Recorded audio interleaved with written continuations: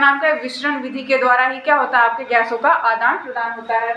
तो अब यहाँ पे क्या हो रहा है, अब देखो, अब यहाँ तक हमने समझ लिया कि हमारा अब ये O2 अंदर आ गया और CO2 बाहर हो गया। अब CO2 बाहर चला गया, अब O2 अंदर आ गया। अब हम प्रोसेस देखेंगे कि O2 अंदर आया तो अब इसका क्या काम हुआ।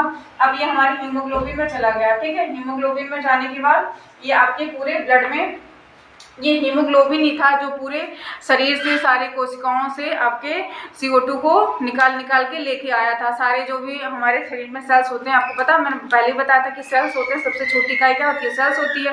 सेल्स के अंदर क्या होती है, माइटोकॉन्ड्रिया होती है। तो माइटोकॉन्ड्रिया जो भी होती है, हमने जो कल प्रोसेस देखा था ऑक्सीजोशन अनऑक्सीजोशन, उसमें क्या निकला था, आपका CO2 निकल रहा था और क्या एनर्जी निकल रही थी। तो वही जो CO2 होता, तो सारे सेल्स क्या करते हैं, ब्लड में अपने CO2 को फेंक देते हैं और इनको क्या चाहिए होता है, ऑक्सीजन चाहिए होता है, क्योंकि हम क्या करते हैं, ऑक्सीशोषण करते हैं। तो उस समय क्या होता, हमने जो आपका ऑक्सीजन लिया था और क्या किया था, CO2 छोड़ दिया था। तो CO2 कहाँ गया, हमारे ब्लड में आ गया।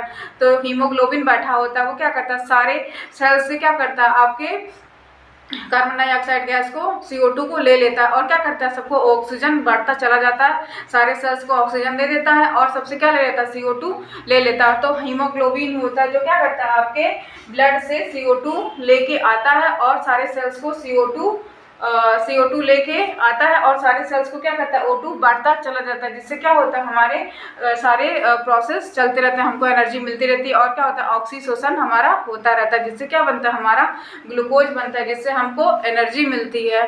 ठीक है। अब देखो एक चीज़ और था, यहाँ पे क्या था, डायफ्राम था।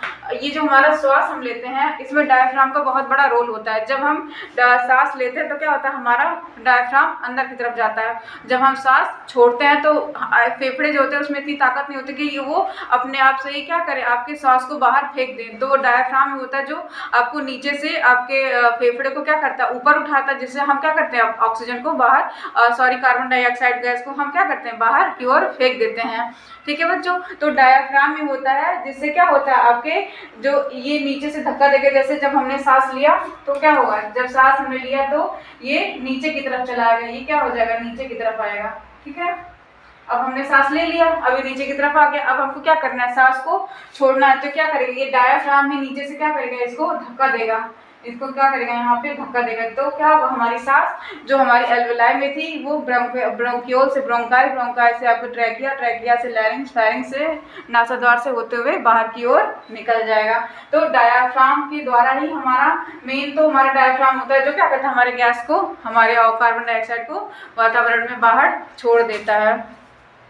ठीक है बच्चों, समझ में आ गया कैसे कैसे हुआ। ठीक है।